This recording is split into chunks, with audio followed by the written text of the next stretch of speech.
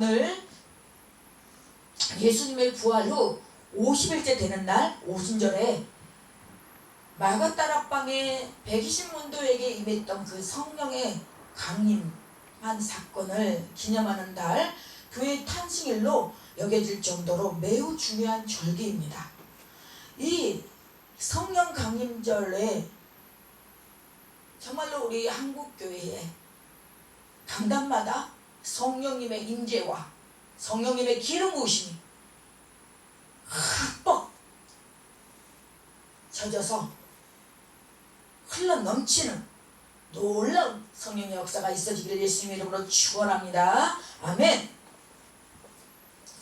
오늘 이사야 11장 2절은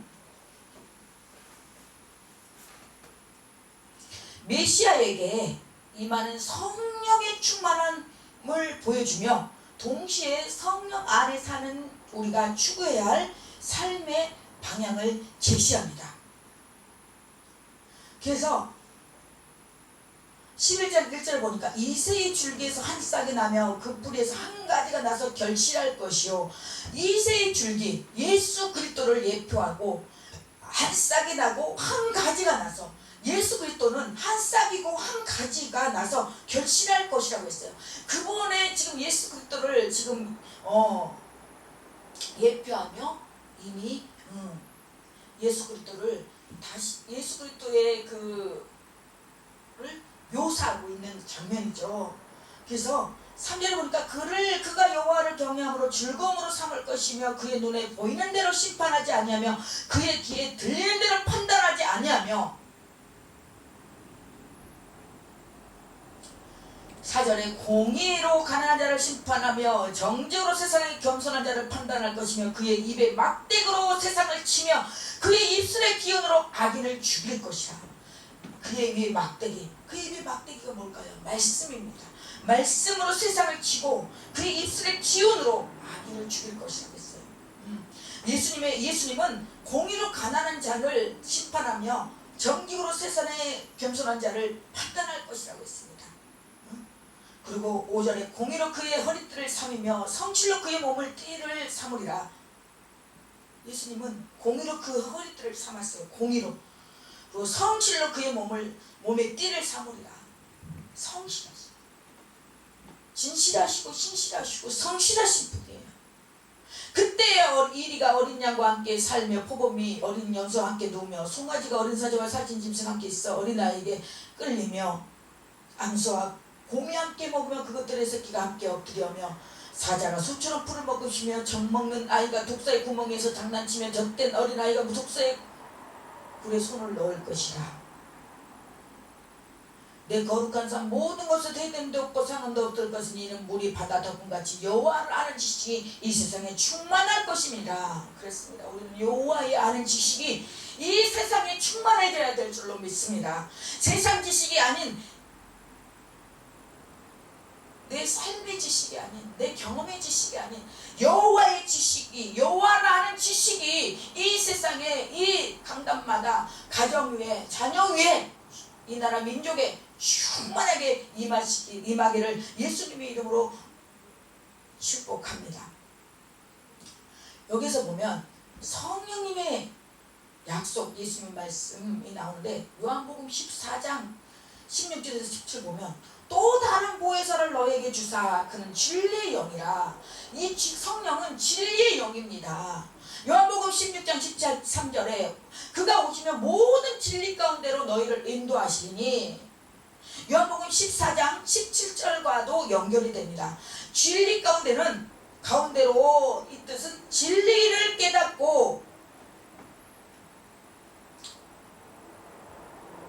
믿고 살게 하는 분, 성자 성령의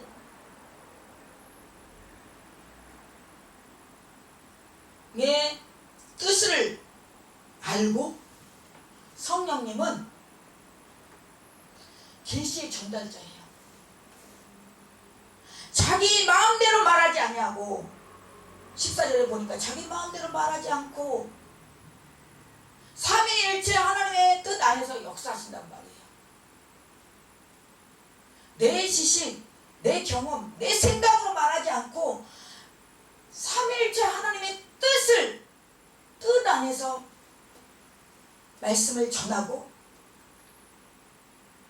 행동하고 인도함을 받는다라는 거예요.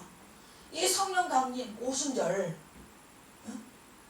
사도행전 2장 1절 4절 보니까 성령이 각 사람 위에 임하고 특정한 사람에게만 임하는 것이 아니라 각 사람 위에 임하고 그들이 성령의 말하게 하심을 따라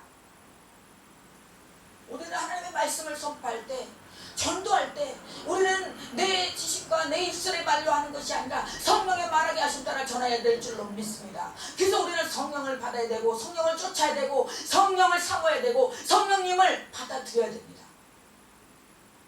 다른 언어들로 말하기 시작하니라. 사도행전 2장 17절에서 18절에 보니까 요엘서를 인용했는데 말세에 내가 내 영을 모든 육체에 부어주리니 말세에 내가 내 영을 모든 육체에 부어줍니다. 남종과 여종과 늙은이들에게는 꿈을 젊은이들에게는 환상을 사도행전 2장 38절에 회개하고 성령을 선물로 받으라. 우리가 성향은 바뀌지 않는다고 하잖아요. 기질은 그렇지 않아요.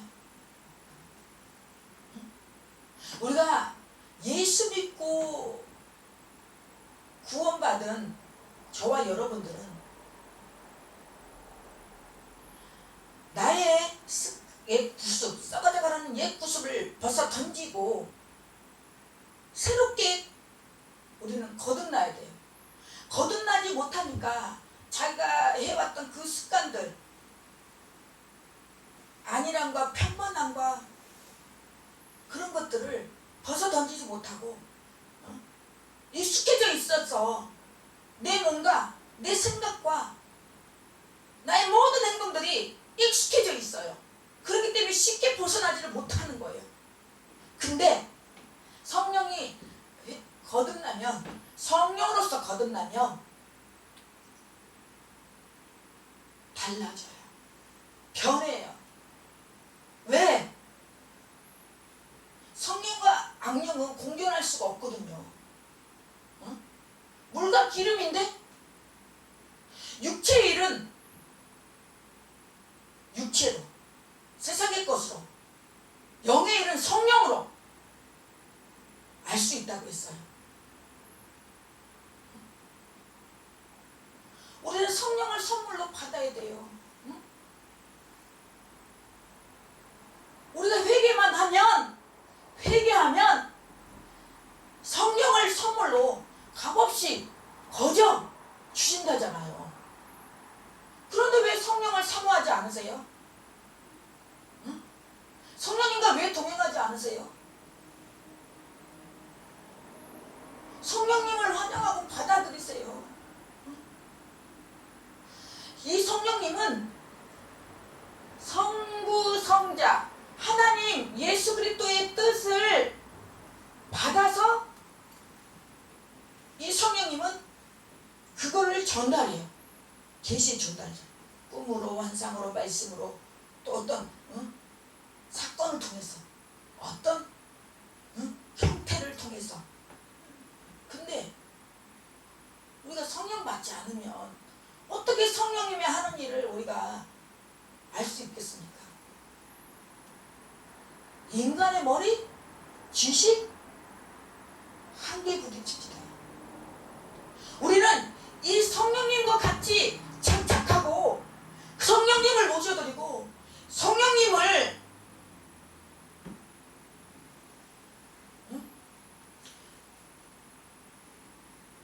받아들여야 돼요. 아니, 받아들이는 것을 떠나서 성령님을 해착해야 돼요. 사모해야 돼요. 다윗이 그 우리아의 아내 밧세바를 범하고 성령이 떠나갔을 때 주여 회개하면서 성신만은 내게서 걷어가지 마셔서 성령님만은 떠나가지 않게 해주옵소서 회개했어요. 그렇기 기도했어요. 근데 오늘날 보면 성령님을 너무 남발해 또. 응?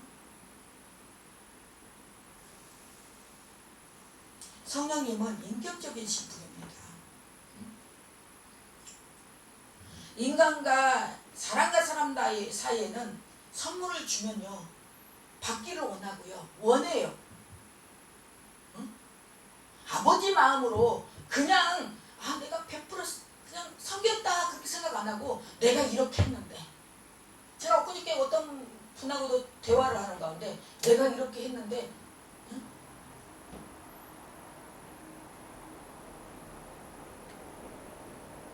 그거 아니라는 거예요. 응? 그것도 역용이에요. 악용이에요. 선물 준 척하면서 그 선물로 자기 어떤 그런 것들을 커버하고 무마하려고.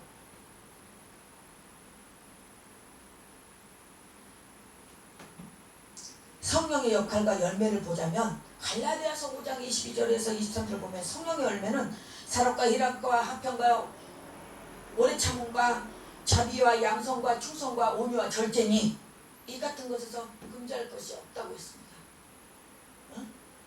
왜 성령의 열매 중에서 성령의 열매에서 사랑이 첫 번째로 나오고 마지막에 절제가 나옵니다. 우리는 사랑으로 시작해서 모든 것을 절제로 맞춰야 돼요.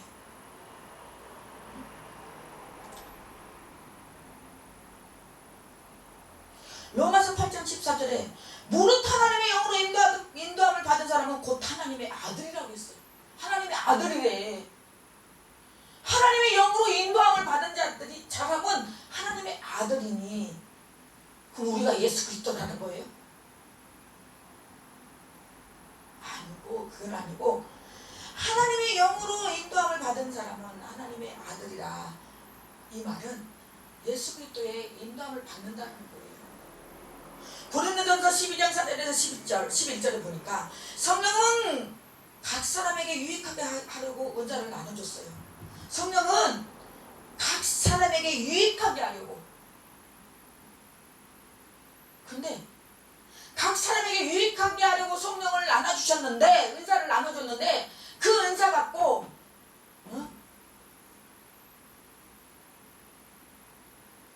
사람을 유익하게 하는 게 아니라 사람을 고통스럽게 하고 이용하고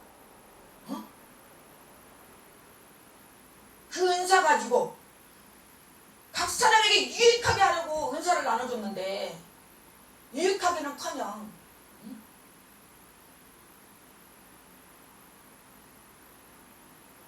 사이비 짓거리라고 이단들도 안 하는 그런 짓거리들하고 그거는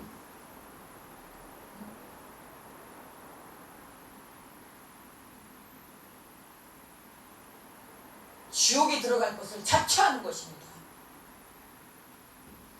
우리가 이 성령과 삶을 우리가 삶에 우리가 모든 하나님을 예수를 믿고 하나님을 우리가 신앙생활을 한다는 거에서 우리가 이 삶을 배제할 수가 없어요. 왜? 세상 사람들에게 안 믿는 자들에게 무엇으로 증명합니까? 무엇으로 보여줍니까? 그저께 컴퓨터를 이제 용량이 차서 컴퓨터를 AS 받은데 이게 이제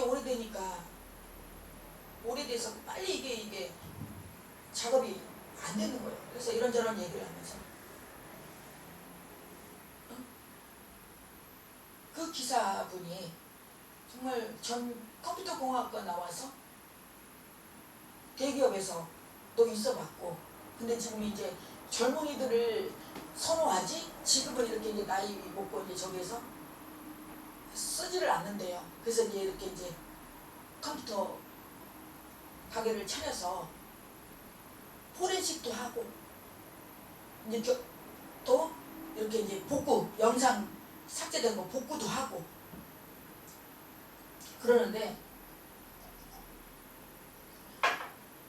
원불교도 가보고 이단도 가보고 많은 데를 가봤다는 거예요. 근데 뭐 원불교는 막 원으로 이렇게 딱 그려져 가지고 그렇게 이렇게 이제 그런 데도 있고, 근데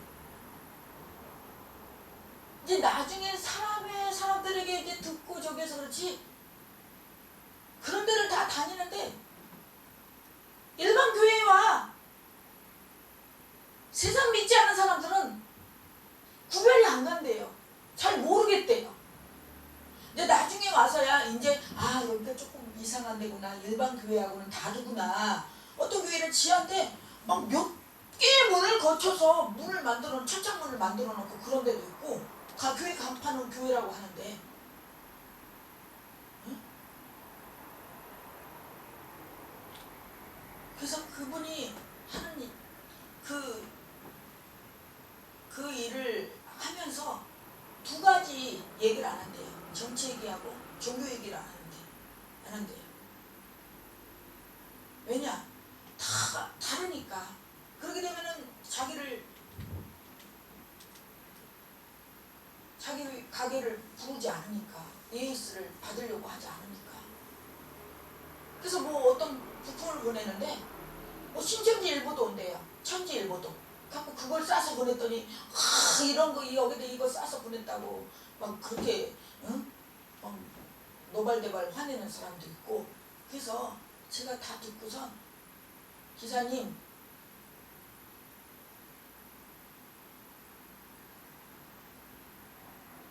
이 땅에 우리가 살아가면서 영원한 삶은 없다. 사장님도 언젠가는 가고 저도 언젠가는 간다. 이 땅을 하직하는데 이 땅에 살면서 끝난 게 아니다.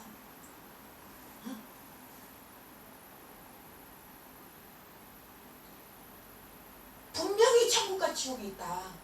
근데 우리가 구원받을 길은 오직 예수 그리스도, 그분만이 길이고 진리고 생명이다. 제가 이제 그런 말씀을 이렇게 이제 했는데, 전도를 그렇게 이제 전했는데, 거기 신천지는 아예 중국 교포들 수직 제공을 다 해준대요.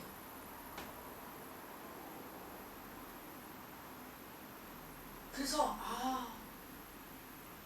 이래서 사람들이 포섭이 잘 되겠구나. 거기는 이단들은요 얼마나 열심히 하는지 몰라. 전도도요. 더 열심히 해, 우리 개신교보다.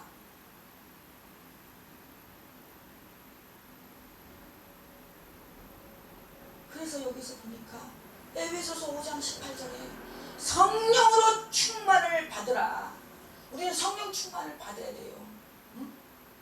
고린도전서 3장 16절에 너희가 하나님의 성전인 것과 성령이 너희 안에 계시는 것을 알지 못하느냐. 우리가 하나님의 성전이라는 거예요. 성전.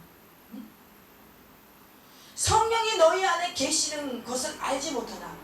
우리 안에 성령님이 함께 계시는 것을 우리가 인식하지 아니하고 인식하지 아니하면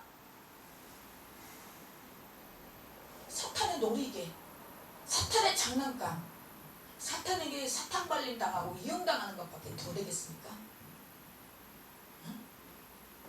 로마서 8장 26절 보니까 성령이 말할 수 없는 탄식으로 우리를 위해 친히 간구하신대요. 그런 성령님을 우리가 모시지 않고, 우리 그런 성령님이 내 안에 계시는데 어떻게 성령님을 근심하게 하고, 성령님을 아프게 하고, 성령님을 해방하고, 모든 죄를 다 사함을 받되 성령 해방죄는 사함을 받지 못한다고 했어요. 그래서 성령을 받으라고 말씀하셨어요. 성령은 받아도 되고 안 받아도 되고가 아니라 성령을 받아야지만이 주의 일을 할 수 있는 거예요. 그래서 오늘 이사야 11장 2절에 그 위에 여호와의 영, 곧 지혜와 총명의 영이요 모략과 재능의 영이요 지식과 여호와를 경외하는 영이 강림하리니, 성령의 7가지 속성이 나와요. 성령의 7가지요. 이 예수 그리스도께서 임한 성령의 완전함을 예언합니다. 7은 완전수예요. 사도행전 2장 성령 강림 사건과 연결하여 오늘날 그리스도인에게도 이 7 영의 성품이 성령을 통해 역사함을 보여줍니다. 응? 그렇다면 성령 충만이 뭘까요? 성령 충만. 응? 이 성령 충만은 단순한 내가 감정과 열심이 아니라 내가 부흥회 때 어떤 세미나나 어떤 저기 때 기도하는데 막 기도할 때 막 성령 그 뜨거운 열정과 막 아주 막 그런 감정과 단순히 감정과 열심이 아니라 하나님의 영이 삶 전반을 지배하는 삶입니다. 삶을 하나님의 영이 내 삶을 지배하고 통치하는 거예요. 그게 성령의 충만이에요. 내 삶을 말씀의 통치와 말씀의 지배 아래서 그분의 성령의 인도함을 받을 때 그것이 성령 충만이라는 거예요. 응? 첫 번째 여호와의 영이 나옵니다. 이 여호와의 영은 하나님의 인재와 생명의 근원입니다. 응? 하나님의 인재 그 자체예요. 자체. 하나님의 통치를 인정하고 삶의 주권을 주님께 내어드리는 삶이에요. 그래서 이 하나님의 주권을 인정하고 내어드리는 삶을 사는 사람은 범사에 감사할 수도 밖에 없고 항상 기뻐하고 쉬지 않고 기도하게 되는 거예요. 이것이 하나님의 너에게 하나님의 뜻이라고 했어요. 그래서 잘 안 될 때도 형통할 때도 불통할 때도 감사할 수밖에 없는 거예요. 응답이 됐든 안 되든 감사할 수밖에 없는 거고. 먼저 하나님과의 신통, 하나님과 관계에서 하나님과 신통을 구하고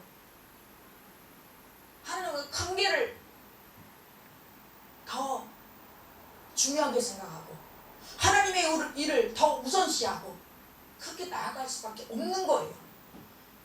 주의 영이 계신 곳에는 자유가 있느니라. 고린도후서 3장 7절에 말씀하고 계십니다.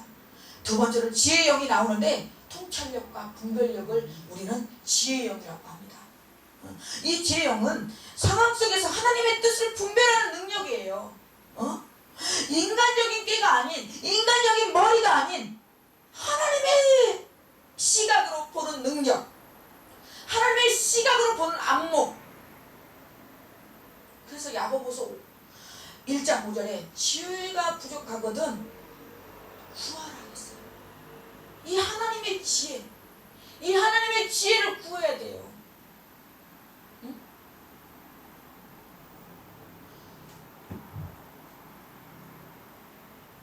고린도전서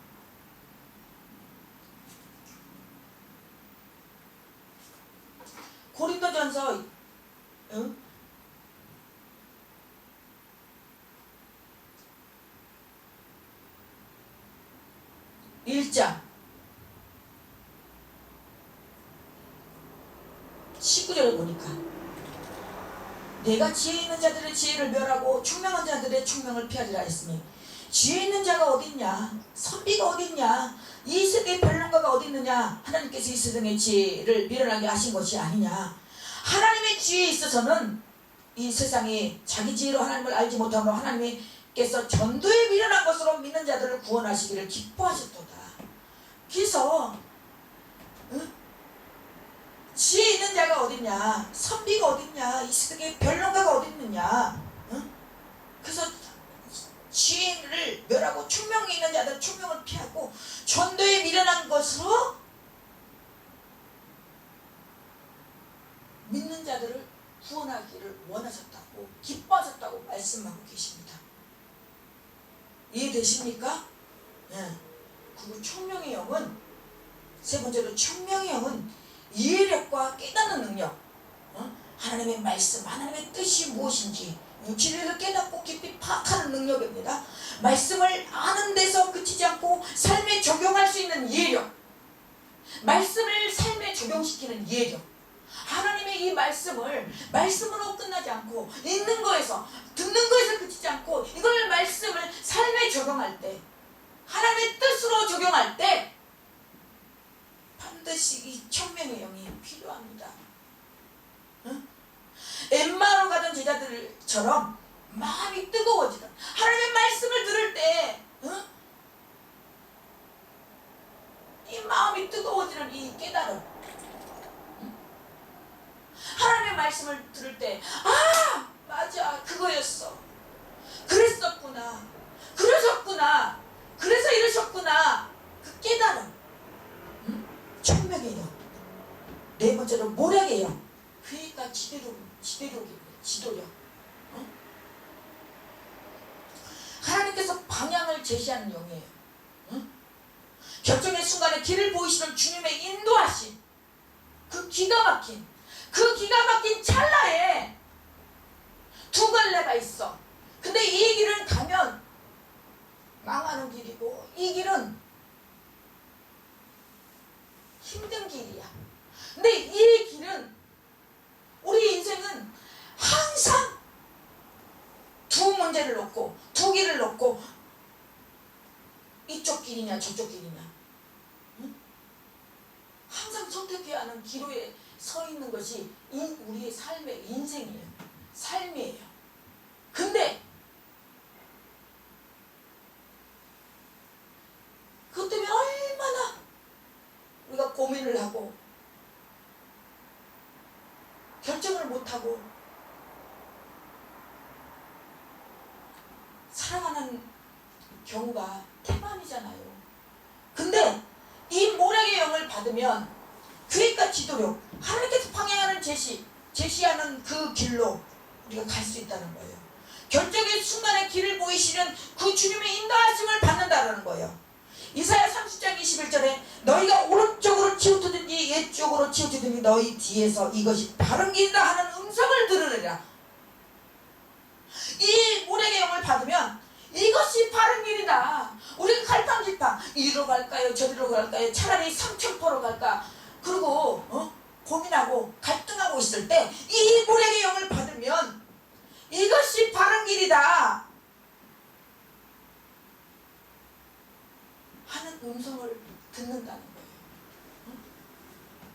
다섯 번째로 재능의 영이 나오는데 능력, 용기, 강함이 나옵니다.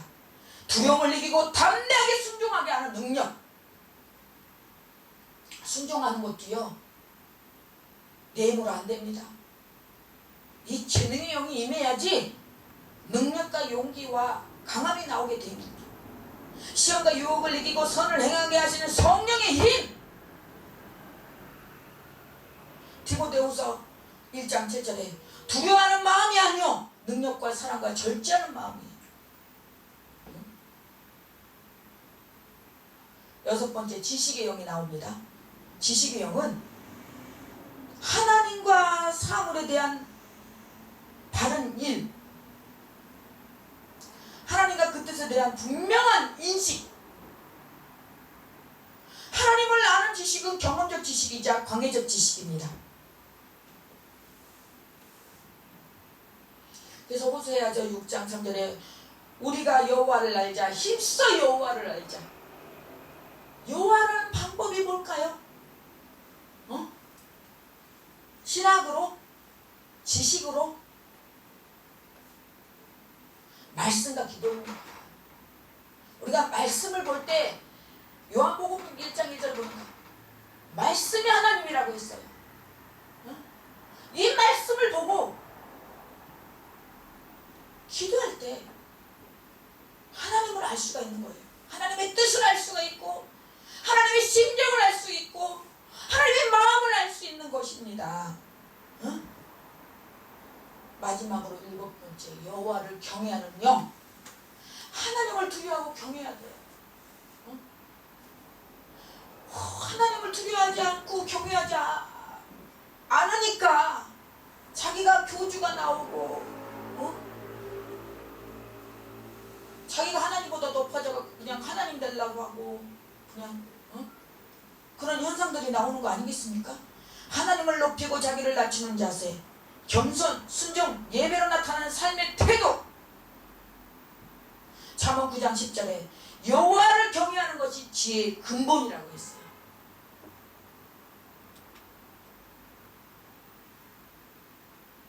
결론은 성령 충만한 삶의 열매. 성령의 7가지 역사는 균형 잡힌 신앙생활을 가능케 하고, 성령은 단지 방언이나 뜨거운 체험의 차원을 넘어 인격과 지혜와 능력, 경외함까지 변화시킵니다. 우리는 기도해야 됩니다. 사모해야 됩니다. 오늘 우리는 이렇게 기도합시다. 주여, 이 7가지 성령의 역사를 내 삶에 충만히 이루어 주시옵소서. 응? 여호와의 영과 지혜의 영과 총명의 영과 모략의 영과 재능의 영, 지식의 영, 여호와를 경외하는 영, 이 영을 우리는 사모하고 받아야 돼요.